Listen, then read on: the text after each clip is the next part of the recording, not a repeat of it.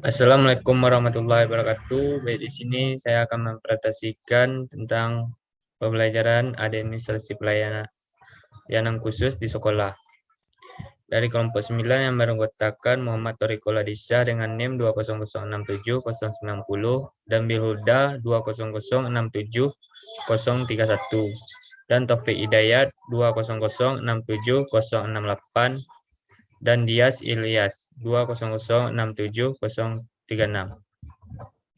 dengan dosen Bu Anissa. Baik, di sini saya akan membacakan pengertian administrasi layanan khusus. Administrasi layanan khusus adalah pemberian layanan secara khusus atau suatu usaha yang tidak secara langsung berkenan dengan proses pembelajaran mengajar di sekolah, tetapi secara khusus diberikan oleh sekolah kepada para siswanya agar mereka lebih optimal dalam melaksanakan proses pembelajaran. Baik, di sini saya berikan kepada Biluda. Kepada Biluda dipersilakan. Baik, terima kasih moderator. Berikutnya jenis layanan khusus dan pengolahannya. Pelayanan khusus yang diberikan sekolah kepada peserta didik antar sekolah satu dengan sekolah yang lainnya pada umumnya sama. Beberapa bentuk layanan khusus yang ada di sekolah antara lain. Yang pertama, pustaka. Perpustakaan merupakan salah satu unit yang memberikan layanan kepada peserta didik dengan maksud membantu dan menunjang proses pembelajaran di sekolah. Tujuan khusus fungsi perpustakaan sekolah adalah sebagai berikut. Yang pertama, fungsi pendidikan. Yang kedua, fungsi informasi. Yang ketiga, fungsi rekreasi. Yang keempat, fungsi penelitian. Yang kelima, fungsi penyaluran hobi. Dan yang terakhir, fungsi penanaman rasa tanggung jawab. Berikutnya, proses atau kegiatan administrasi layanan khusus. Ada beberapa peranan guru yang terlibat dalam administrasi perpustakaan sekolah. Peranan tersebut antara lain, yang pertama, memperkenalkan buku-buku kepada siswa dan guru-guru. Yang kedua, memilih buku-buku dan bahan pustaka lainnya yang akan dibeli. Yang ketiga, mempromosikan perpustakaan baik untuk pemakaian maupun pembinaannya. Yang keempat, mengetahui jenis dan menguasai kriteria umum yang menentukan baik buruknya susu koleksi. 5. Mengusahakan agar siswa aktif membantu perkembangan perpustakaan. Yang pertama adalah labor. Laboratorium secara sederhana dapat diuraikan sebagai suatu tempat di mana dosen, mahasiswa, guru, siswa, dan orang lain melaksanakan kegiatan kerja ilmiah seperti praktikum, observasi, penelitian, demokrasi, dan pembuatan model-model dalam rangka kegiatan belajar mengajar. Jenis-jenis studio. Yang pertama, menurut bidang studi, misalnya laboratorium kimia, fisika, PMP, dan sebagainya. Menurut kelompok bidang studi, misalnya laboratorium IPS, IPA. Yang ketiga, untuk bidang ilmu teknik labor dapat diartikan sebagai workshop atau bengkel kerja. Yang kedua, UKS atau usaha kesehatan sekolah. Usaha kesehatan sekolah merupakan salah satu wahana untuk meningkatkan kemampuan hidup sehat yang pada gilirannya menghasilkan derajat kesehatan peserta didik yang optimal. Tujuan usaha kesehatan sekolah. Yang pertama, memiliki pengetahuan, sikap, dan keterampilan untuk melaksanakan prinsip hidup sehat serta berpartisipasi aktif di dalam usaha peningkatan kesehatan di sekolah, di rumah tangga, maupun di lingkungan masyarakat. Yang kedua, sehat dalam arti fisik, mental, maupun sosial. Yang ketiga, memiliki daya hayat dan daya tangkal terhadap pengaruh buruk, penyalahgunaan narkotika, obat dan bahan berbahaya, alkohol, dan sebagainya. Baiklah, saya kembalikan kepada moderator. Baik, terima kasih kepada Biluda. Saya persilakan untuk selanjutnya kepada Taufik Hidayat. Kepada Taufik dipersilakan. Baiklah, terima kasih moderator telah memberikan waktu kepada saya untuk membacakan materi. Berikutnya yaitu kafetaria sekolah. Beberapa hal yang harus diperhatikan dalam administrasi kafetaria itu adalah yang pertama yaitu administrasi kafetaria. Sekolah harus menjaga kesehatan sekolah atau higienis masakan yang dijajankan kepada siswa. Kebersihan tempat juga harus menjadi pertimbangan utama, karena kebersihan diharapkan dapat menjauhkan penyebaran hama penyakit. Selanjutnya yaitu makanan-makanan yang disediakan hendaknya makanan yang bergizi tinggi, dan bila mana dapat menambah vitamin-vitamin yang diperlukan siswa pada umumnya. Yang keempat yaitu sarana ibadah.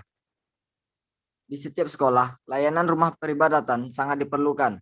Layanan rumah peribadatan merupakan sebuah layanan yang diberikan sekolah dengan maksud agar layanan tersebut bisa digunakan untuk beribadah maupun melaksanakan kegiatan keagamaan lainnya, serta bisa membentuk kerohanian bagi peserta didik, khususnya pada pihak sekolah lain pada umumnya.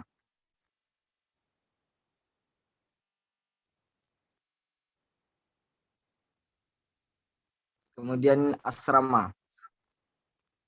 Layanan asrama sekolah sangat bermanfaat bagi peserta didik. Di antaranya yaitu yang pertama, tugas sekolah dapat dikerjakan dengan cepat dan sebaik-baiknya, terutama jika berbentuk tugas kelompok. Yang kedua, sikap dan tingkah laku peserta didik dapat diawasi oleh petugas asrama dan para pendidik. Yang ketiga yaitu jika di antara peserta didik mengalami kesulitan, misalnya kiriman orang tua agak terlambat, dapat saling membantu. Yang keempat, dapat meringankan kecemasan orang tua terhadap putra-putrinya. Yang kelima, merupakan salah satu cara untuk mengendalikan tingkah laku remaja yang kurang baik. Kemudian yaitu koperasi. Koperasi berasal dari kata co dan operation, yang mengandung arti kerjasama untuk mencapai tujuan. Oleh sebab itu, definisi koperasi dapat diberikan sebagai berikut. Suatu kumpulan yang beranggotakan orang-orang atau badan-badan yang memberikan masuk dan keluarnya sebagai anggota dengan bekerja sama secara kekeluargaan menjalankan usaha. Layanan koperasi mendidik para peserta didik untuk dapat berwirausaha. Hal ini sangat membantu peserta didik di kehidupan yang akan datang. Koperasi sekolah adalah koperasi yang dikembangkan di sekolah, baik sekolah dasar, sekolah menengah, maupun sekolah dan pengelolaan yang melibatkan guru dan personel sekolah. Sedangkan yang ada di sekolah tetapi pengelolaannya adalah oleh peserta didik. Kedudukan guru di dalam KOPSIS adalah sebagai pembimbing saja. Kemudian transportasi. Sarana transportasi bagi peserta didik merupakan sarana penunjang untuk kelancaran proses belajar mengajar. Peserta didik akan merasa aman dan dapat masuk atau pulang sekolah dengan waktu yang tepat. Transportasi yang diperlukan terutama bagi peserta didik di tingkat sekolah dan sekolah dasar. Penyelenggaraan transportasi sebaiknya dilaksanakan oleh sekolah yang bersangkutan atau pihak swasta. Baiklah, saya kembalikan kepada moderator. Baik, terima kasih pada Taufik. Selanjutnya saya akan persilakan pada Dias Ilyas untuk membacakan materinya. Kepada Dias, dipersilakan. Bella moderator, terima kasih pada moderator. Untuk selanjutnya, itu ada proses atau kegiatan administrasi layanan khusus. Ada beberapa peran guru yang terlibat dalam administrasi perpustakaan sekolah. Peran tersebut antara lain, yang pertama, memperkenalkan buku-buku pada siswa dan guru-guru. Yang kedua, memilih buku-buku dan bahan pustaka lainnya yang akan dibeli. Yang tiga, mempromosikan perpustakaan baik untuk pemakaian maupun pembinaan. Yang keempat, mengetahui jenis dan menguasai kriteria-kriteria umum yang menentukan baik buruknya susu koleksi. Yang kelima, mengusahakan agar siswa aktif membantu perkembangan perpustakaan.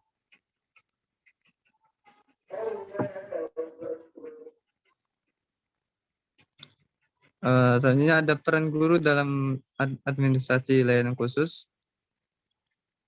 Adapun peranan guru dalam administrasi layanan khusus yang pertama, keterlibatan guru dalam administrasi perpustakaan, misalnya memperkenalkan buku-buku pada siswa. Yang kedua, mengetahui jenis dan menguasai kriteria umum yang menentukan baik buruknya suatu koleksi buku-buku perpustakaan. Yang ketiga, mempromosikan perpustakaan baik pemakaian maupun untuk pembinaan. Sekian yang dapat saya sampaikan. Untuk selanjutnya saya kembalikan kepada moderator. Baik, terima kasih pada Dias Ilyas. Baik, saya akan memberi buka 3 pertanyaan kepada teman-teman lewat forum diskusi. Untuk 3 pertanyaan tersebut dipersilakan kepada teman-teman untuk memberikan pertanyaan dari kelompok kami. Ya,